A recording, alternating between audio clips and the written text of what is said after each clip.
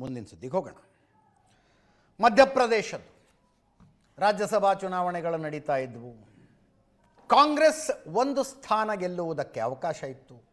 63 ಜನ MLAಗಳಿದ್ದರು ಕಾಂಗ್ರೆಸ್ಸಿಗೆ, ಇದ್ದಾರೆ 63 ಜನ MLAಗಳಿದ್ದಾರೆ. 58 ಜನ ವೋಟ್ ಹಾಕಿದರೆ ಕಾಂಗ್ರೆಸ್ಸಿನ ಒಬ್ಬ ಅಭ್ಯರ್ಥಿ ಗೆಲ್ತಾ ಇದ್ದರು.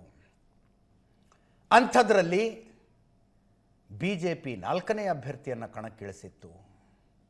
4ನೇ ಅಭ್ಯರ್ಥಿ ಗೆಲ್ಲಬೇಕು ಅಂದರೆ 10 ವೋಟ್ಗಳ ಕೊರತೆ ಇತ್ತು BJPಗೆ.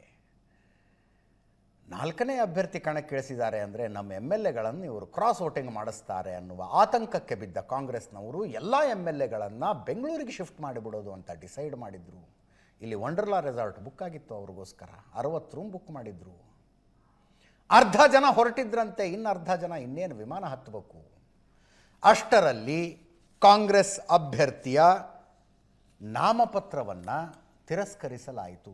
ಮೀನಾಕ್ಷಿ ನಟರಾಜನ್ ಅವರ ನಾಮಪತ್ರವನ್ನು ತಿರಸ್ಕರಿಸಲಾಯಿತು.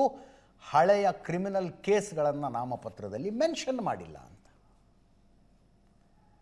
ಒಂದು ನೋಟಿಸ್ ಕೊಟ್ಟಿದ್ರು ಅವರಿಗೆ. ನಿಮ್ಮ ನಾಮಪತ್ರವನ್ನು ತಿರಸ್ಕಾರ ಮಾಡಬೇಕು ಅನ್ನುವ ಮನವಿ BJP ಅವರಿಂದ ಬಂದಿದೆ, ನಿಮ್ದೇನಾದ್ರು ಎಕ್ಸ್ಪ್ಲನೇಷನ್ ಇದ್ದರೆ ಕೊಡಿ ಅಂತ ಮೀನಾಕ್ಷಿ ನಟರಾಜನ್ ಪರ ವಕೀಲರು ಹೋಗಿ ಎಕ್ಸ್ಪ್ಲನೇಷನ್ ಕೊಟ್ಟರು. ದಿಸ್ ಇಸ್ ನಾಟ್ ಅಕ್ಸೆಪ್ಟೆಡ್ ಅಂತ ಎಲೆಕ್ಷನ್ ಆಫೀಸರ್ ಹೇಳಿಬಿಟ್ರು. ನಾಮಪತ್ರ ತಿರಸ್ಕೃತಗೊಂಡಿತ್ತು. BJP ಕಣಕ್ಕಿಳಿಸಿದ್ದ 4 ಜನ ಗೆದ್ದುಬಿಟ್ರು. 3 ಜನ ಗೆದ್ದುಬಿಟ್ರು. 3ನೇ ಅಭ್ಯರ್ಥಿ ಗೆಲ್ಲೋದಕ್ಕೆ BJPಗೆ ಅವಕಾಶ ಇರಲಿಲ್ಲ. ಅಲ್ಲಿ ಮೀನಾಕ್ಷಿ ನಟರಾಜನ್ ಸುಪ್ರೀಂ ಕೋರ್ಟಿಗೆ ಬಂದರು. ಸುಪ್ರೀಂ ಕೋರ್ಟಿಗೆ ಅರ್ಜಿ ಸಲ್ಲಿಸಿದರು. ನನ್ನ ನಾಮಪತ್ರ ತಿರಸ್ಕಾರಗೊಂಡಿದ್ದು ನನಗಾಗಿರುವ ಅನ್ಯಾಯ ಅಂದರು. ಸುಪ್ರೀಂ ಕೋರ್ಟ್ನ ದ್ವಿಸದಸ್ಯ ಪೀಠದಲ್ಲಿ ಪ್ರಕರಣ ಬಂತು.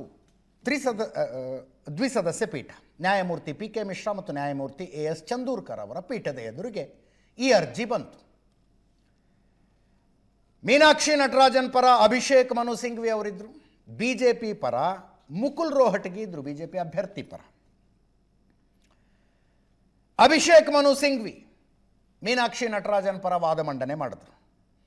ಮೀನಾಕ್ಷಿ ನಟರಾಜನ್ ಅವರ ವಿರುದ್ಧ ದಾಖಲಾಗಿರುವುದು ಖಾಸಗಿ ದೂರು, ಯಾವುದೇ ಆರೋಪ ಪಟ್ಟಿ ಇಲ್ಲ, ಅವರ ವಿರುದ್ಧ ಯಾವುದೇ ಚಾರ್ಜ್ ಶೀಟ್ ಇಲ್ಲ. ಇದು ಪೇಟೆಂಟ್ ದೋಷ. ಅಭ್ಯರ್ಥಿಗಳು ಕನಿಷ್ಠ 2 ವರ್ಷಗಳ ಕಾಲ ಶಿಕ್ಷೆ ವಿಧಿಸಿದ ಕ್ರಿಮಿನಲ್ ಪ್ರಕರಣಗಳಲ್ಲಿ ಮಾತ್ರ ಅಫಿಡವಿಟ್ನಲ್ಲಿ ಅದನ್ನು ಬಹಿರಂಗಪಡಿಸಬೇಕು. ಮೀನಾಕ್ಷಿ ನಟರಾಜನ್ ಅವರಿಗೆ ಬರೀ ಸಮನ್ಸ್ ಬಂದಿದೆ.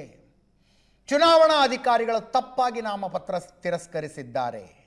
ಮೀನಾಕ್ಷಿ ಅವರ ವಿರುದ್ಧ ಯಾವುದೇ ಆರೋಪ ಸಾಬೀತಾಗಿಲ್ಲ.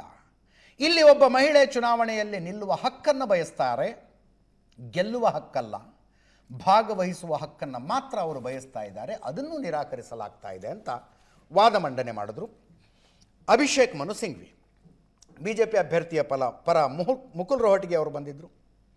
ಅವರು ಹೇಳಿದ್ರು, ಚುನಾವಣೆಯಲ್ಲಿ ಸ್ಪರ್ಧಿಸುವ ಹಕ್ಕು ಮೂಲಭೂತ ಹಕ್ಕಲ್ಲ, ಇದು ಶಾಸನಬದ್ಧ ಹಕ್ಕು ಮಾತ್ರ. ಆರ್ಟಿಕಲ್ 329 ಅಡಿಯಲ್ಲಿ ನ್ಯಾಯಾಂಗ ಈ ಪ್ರಕ್ರಿಯೆಯಲ್ಲಿ ಹಸ್ತಕ್ಷೇಪ ಮಾಡುವಂತಿಲ್ಲ, ಅದಕ್ಕೆ ನಿರ್ಬಂಧ ಇದೆ. ECI election commissioner of India ನಿರ್ಧಾರದ ವಿರುದ್ಧ ಅರ್ಜಿಯನ್ನು ಸ್ವೀಕರಿಸೋದಕ್ಕೆ ಸಾಧ್ಯ ಇಲ್ಲ. ಅಭ್ಯರ್ಥಿ ಬಾಕಿ ಇರುವ ಎಲ್ಲ ಪ್ರಕರಣಗಳನ್ನು ಬಹಿರಂಗಪಡಿಸಬೇಕು. ರಿಪ್ರೆಸೆಂಟೇಟಿವ್ ಆಫ್ ಪೀಪಲ್ ಕಾಯ್ದೆಯು ಯಾವುದೇ ಎದುರಾಳಿ ಅಭ್ಯರ್ಥಿಗಳಿಲ್ಲದಿದ್ದರೆ ನಾಮಪತ್ರ ಸಲ್ಲಿಸಿದ ಅಭ್ಯರ್ಥಿ ವಿಜೇತ ಅಂತ ಘೋಷಣೆ ಮಾಡುತ್ತೆ ಅಂತ. 2 ಕಡೆಯ ವಾದ ಪ್ರತಿವಾದಗಳನ್ನು ಆಲಿಸಿದ ಸುಪ್ರೀಂ ಕೋರ್ಟು ಮೀನಾಕ್ಷಿ ನಟರಾಜನ್ ಅವರ ಅರ್ಜಿಯನ್ನು ತಳ್ಳಿ ಹಾಕಿತು. ಏನು ಹೇಳ್ತು ಸುಪ್ರೀಂ ಕೋರ್ಟು? ಸಂವಿಧಾನದ 329ನೇ ವಿಧಿ ಅಡಿಯಲ್ಲಿ ಈ ಅರ್ಜಿಯನ್ನು ಅನುಮತಿಸೋದಕ್ಕೆ ಬರೋದಿಲ್ಲ. ಒಂದು ವೇಳೆ ವಿಚಾರಣೆಗೆ ಒಪ್ಪಿಕೊಂಡಿದ್ದೇ ಆದಲ್ಲಿ 329ನೇ ವಿಧಿಯಲ್ಲಿ ಇಲ್ಲದಿರುವ ಯಾವುದೋ ತತ್ವವನ್ನು ಅದರಲ್ಲಿ ಸೇರಿಸಿದಂತಾಗತ್ತೆ.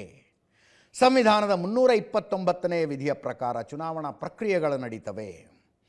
ಚುನಾವಣಾ ವಿಷಯದಲ್ಲಿ ಕೋರ್ಟ್ ಮಧ್ಯಪ್ರವೇಶವನ್ನು ತಡೆಯುತ್ತದೆ. ಚುನಾವಣಾಧಿಕಾರಿ ನಿರ್ಧಾರದಲ್ಲಿ ಹಸ್ತಕ್ಷೇಪ ಮಾಡೋದಕ್ಕೆ ಸಾಧ್ಯ ಇಲ್ಲ. ಚುನಾವಣಾ ಆಯೋಗವನ್ನು ಸಂಪರ್ಕಿಸುವುದು ನಿಮಗಿರುವ ಏಕೈಕ ದಾರಿ. ಈ ಅರ್ಜಿಯನ್ನು ಪರಿಗಣಿಸುವ ಒಲವು ನಾವು ಹೊಂದಿಲ್ಲ, ವಜಾಗೊಳಿಸ್ತಾ ಇದ್ದೀವಿ ಅಂತ ಹೇಳಿದ್ರು.